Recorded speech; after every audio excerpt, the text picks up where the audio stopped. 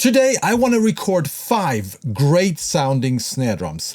High-end snare drums from companies like Ludwig, Noble and Cooley, and the legendary Brady. I will record those snare drums, I will compare them, I will pick my favorite and create a cool sounding one-shot sample that you can download later in this video. And on top of that, you can even download all the multi-tracks of all snares. The reason I'm doing this is I want to show you how important it is to get things right at the source. How important it is to choose the right snare drum for your production instead of using samples and sound replacing and all that stuff. So let's discover a whole world, a whole variety of different snare tones. Let's get started.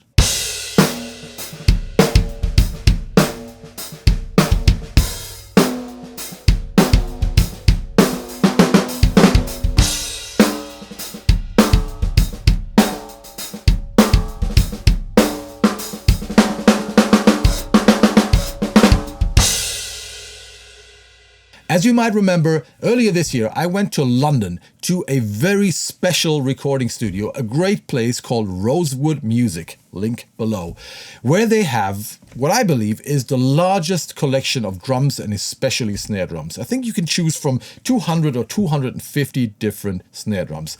Insane. So after the regular session, I asked Ed, the guy who runs the studio, like, hey, can we check out some of your coolest snares? And he pulled out 4 of his favorite snare drums.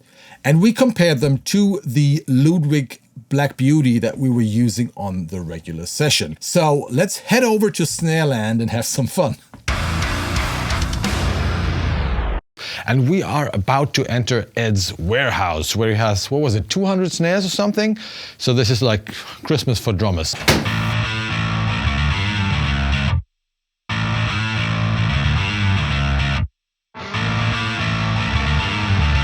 See this? Holy shit. There's only some of them. The rest are upstairs. Wow. So what we want is at least 2 more snares of the same size, yeah, right? Absolutely. Like 14 by 6.5. Anything you want to recommend? Yeah, I've got a few ideas. So we've got brass in there. Yeah. So it might be fun to try a different metal. So I was thinking maybe aluminium. Yes. So it's a sort of a very different sound, more lightweight. But I've got a lovely Noonan down here. There it is. Okay. So Noonan drums are great. Okay, haven't heard of them. Okay. So aluminium, 6.5, more lightweight than the other one, but it's got a nice shell ring to it. So I was thinking that. Yes. And then as a comparison, because we've got two metals, I thought we could maybe try wooden. So I thought we would pull out one of my Brady's. This is great. This is a Jarrah block.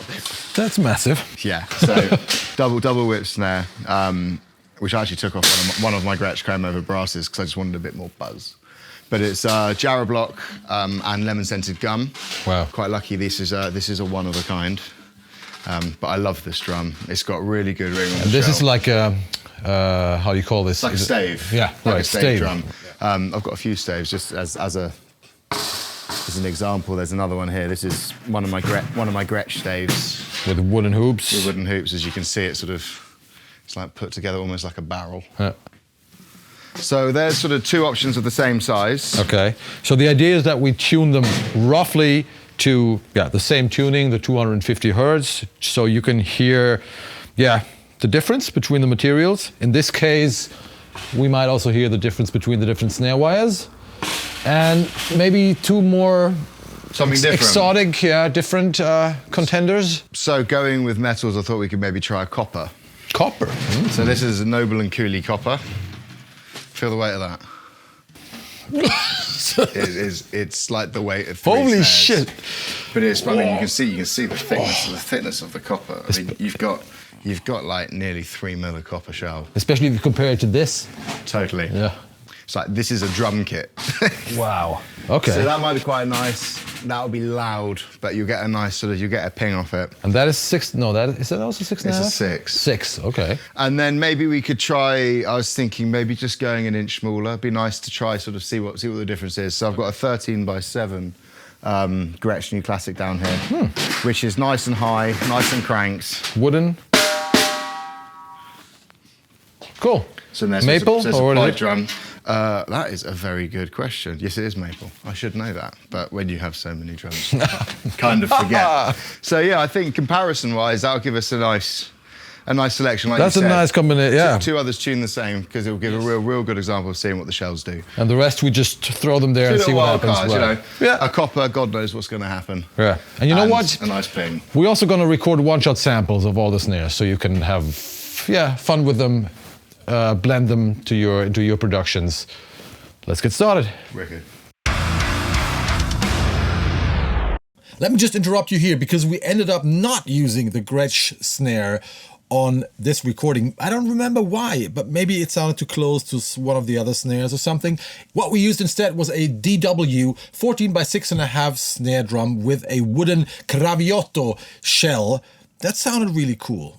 A few quick words about the session. If you want to know more about all the microphones we used, there's a link here, because there's another video that shows the entire session, so you can watch that later.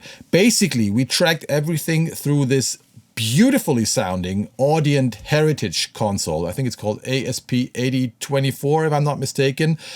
And I really enjoyed working on that console. It sounds great. I love the mic pre's. The EQs that I used for the kick drum and the toms on the way in sounded very, very musical, yet effective in a way. And I actually preferred that console too. I've been working on a few SSLs lately, and the Audient was more fun for me, to be honest. Great console. Anyway, so we tracked everything through the console. The important part is that those are really clean sounding mic pre's. And I did not use any EQ on the snare drum microphone. So we are listening to something completely raw. All right. Time to jump right over into the session and to compare those snare drums. Here we go. Let's start with the first snare drum, and this one is a real classic, one of the most recorded snare drums in the rock and roll history. I'm talking about the Ludwig Black Beauty 14 by 6.5. Let's have a listen.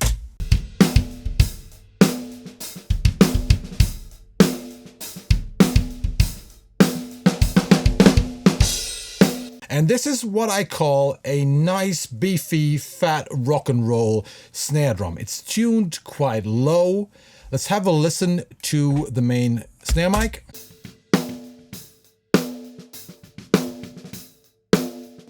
Quite punchy. There's a lot of low end in the attack, which is very important for rock and metal. The attack maybe sounds a little dull, but that is something that can be fixed with EQ easily. And like I said, this snare drum is tuned quite low. By the way, that's one of the most typical mistakes that most rock and metal drummers do. They tune their snare too high. In my opinion, it's a lot easier to get a snare like this that might sound a little dark and a little, I call it tired, to process this one, give it more higher frequencies, give it more attack. That's a lot easier compared to trying to make a thin sounding snare fat and beefy. There is a certain ring that doesn't sound fantastic, but it's not going to be a problem because, you know, don't be afraid of the ring. A lot of it will be eaten up by the guitars later anyway. And it's always easy to get rid of a certain sustain later in the mix in case you need it, but you can't bring back what has never been recorded. So I always try to keep my snares like rather open and let them ring, because let me just open a plugin. This is Cubase's envelope shaper. It's actually quite easy to get rid of that ring.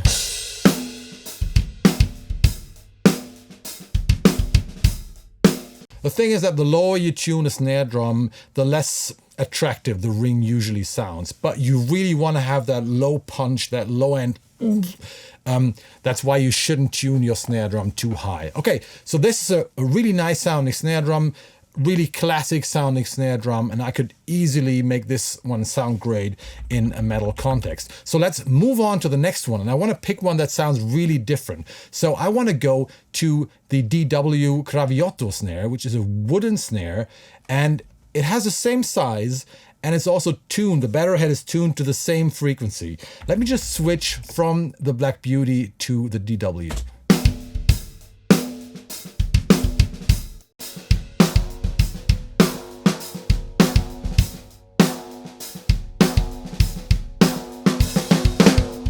And And wow, what a difference. And if you don't believe me, it is the same tuning. So just listen to the snare soloed.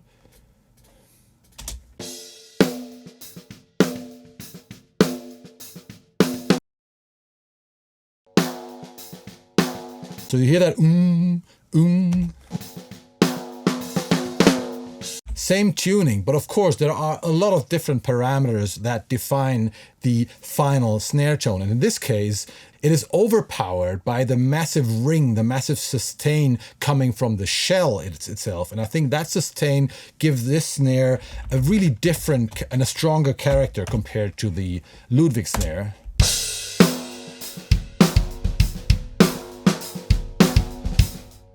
Way more ringing sounding, but if we listen to the attack, we will also see that there are more higher frequencies.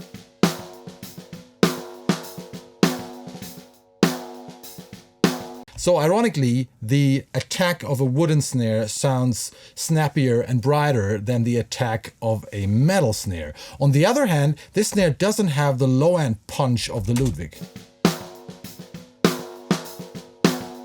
More snap in the attack, a lot longer sustain and ring, but not the deep punch of the Ludwig.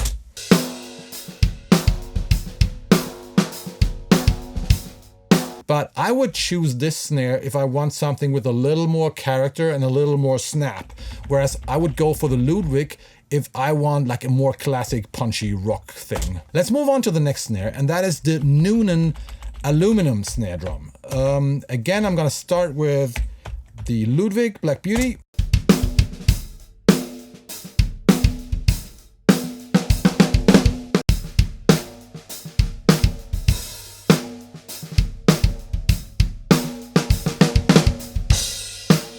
And that is closer in character. This one sounds a little more mix ready.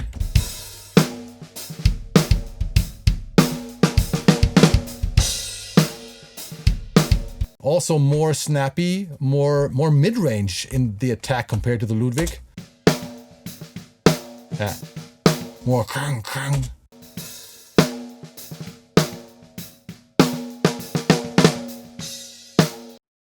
Back to the Ludwig.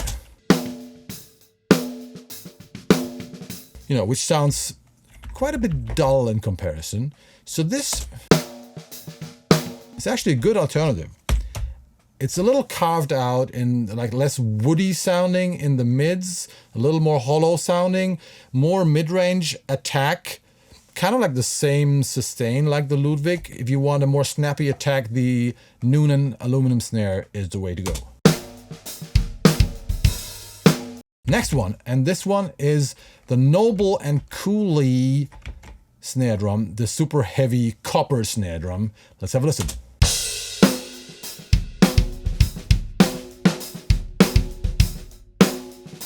That one is nice.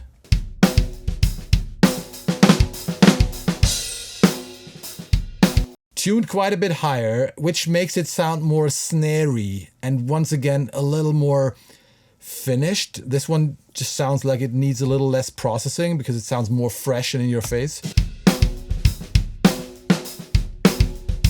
Back to the Ludwig.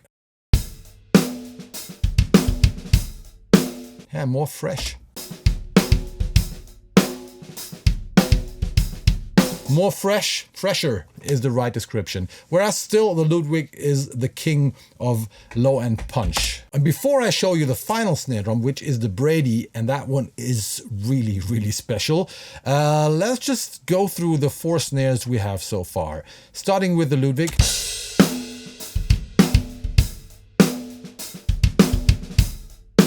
DW, wooden snare.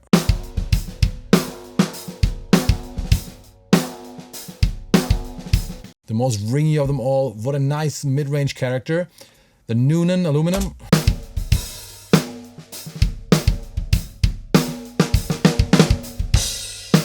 And finally, the Noble and Cooley.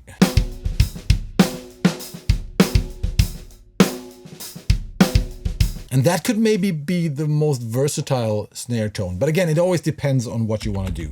But now let's move on to the final snare, which is the Brady. And that one sounds special. Let's have a listen.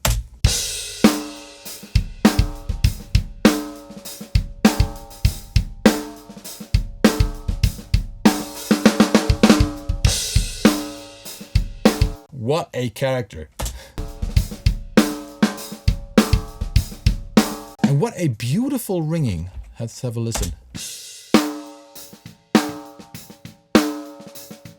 It's quite a bit higher. It doesn't really sound like your typical heavy metal snare drum. It reminds me of a nu metal Limp Bizkit kind of snare drum from 20 years ago. But it has a lot of character, a lot of beautiful mids, a nice ring, and it really sings.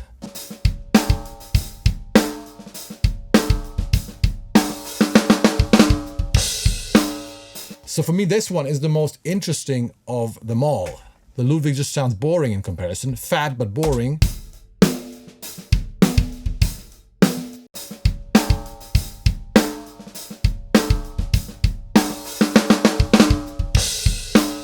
And as I told you, the character of a snare very often lies in the sustain. And I gotta tell you that very often, like when I get a compliment about a snare tone on a record, it's mostly the ringy snares. Doesn't have to be Send Anger, but I gotta say I like ringy snares just because yeah, they have more character than just the oomp, oomp. And that's why I wanna pick the Brady and process this one a little bit and bounce a one-shot drum sample for you. So let's do that now. And what do I want? Well, I want to make it sound a little less ringy and a little more heavy metal. So I want more attack and I want more low-end punch. And how do I do that? Well, the first plugin that I like to use for this is this one. It's Spiff from OX Sound. And here you see my favorite preset, which, yeah, does exactly that. So we're adding transient punch to like the fundamental of the snare and to the upper mid-range. Sounds like this.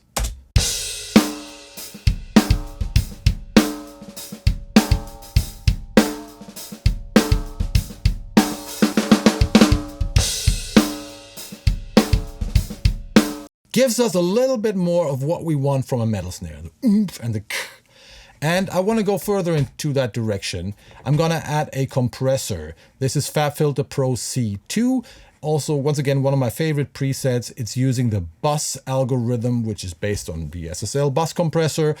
Pretty slow attack, pretty fast release, maybe 2 or 3, yeah, ratio of 240. And I'm usually going for something like 5 dB of compression. Let's see what happens.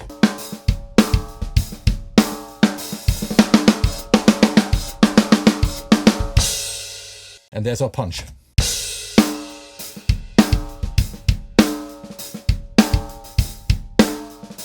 Nice. Now I want to add an EQ. And what I want to do is I want to boost the main fundamental, give it a little more low-end punch. So let's find it.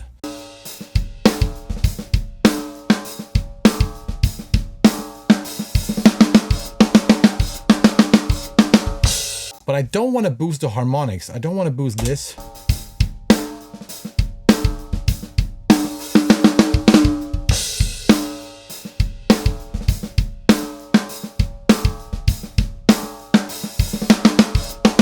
And let's make this one a little more airy with a broad peak somewhere up here.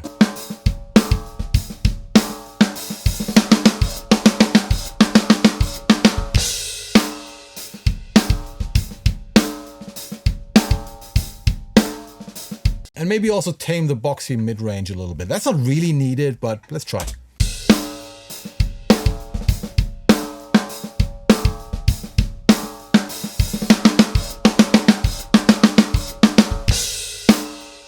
And I like using linear phase EQs on my snare, so I don't change the phase relationship between the close mic and the overheads. In this case, because those filters are pretty narrow, I don't think it's gonna work. Let's try. You hear that whoop, whoop, kind of that fade in at every snare head? That's the pre-ringing from the linear phase EQ. Maybe the natural phase works.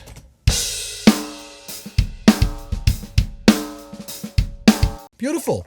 Let's bypass all the 3 plugins.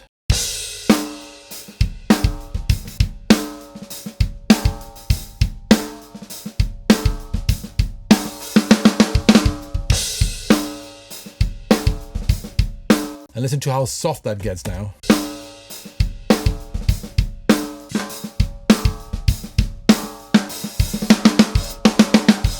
And now I could also use some kind of Transient Designer plugin to get rid of the long ring. But since we're only creating a sample, you can just fade it out or do that yourself. So now the close mics are very loud. Now we got to find the right balance between the close mics and the overheads and the room. So let's just loop the single hits. I think I want to have a little more overheads.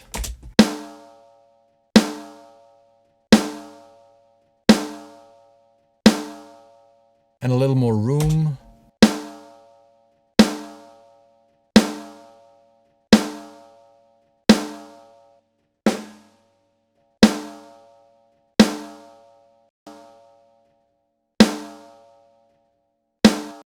Beautiful. It has everything a metal snare drum needs. Low-end punch, high-end attack, and a nice character. It's just a rather high-sounding snare. So compared to your typical mainstream metal snare, this one will be quite higher, but you know, it sounds special. So and I start to understand why people are so crazy about Brady snare drums. Amazing. All right, so now I'm gonna export this snare hit, or maybe I have a few more, maybe even a few more. You will see, follow the link below. But I will also export all the multi-tracks so you can check out the different snares yourself. And every one of those snares also has a few single hits here, so you can create your own samples. Isn't that cool? You can create your whatever, your Brady or your Black Beauty or whatever samples and have fun with those tracks. All right. I hope you enjoyed a little trip into Snareland. So you can download that one-shot sample of the Brady snare that I created, link below, and same link to all the multi-tracks from this session. Follow the link below, follow the instructions below, and you can download all those samples and multi-tracks for free. That's all for today. Don't forget to subscribe to this channel if you want to learn more. Check out my Academy Kohle Audio Cult if you want to learn even more. This was a lot of fun. I hope I can return to Rosewood Music soon. By the way, there's another link below to the studio. Hello, Ed. Thanks for letting me in. I'll be back soon, hopefully. That's all for today. Don't forget to subscribe to this channel. Have I said that already? I don't know. But I see you in hell, motherfuckers. Bye-bye.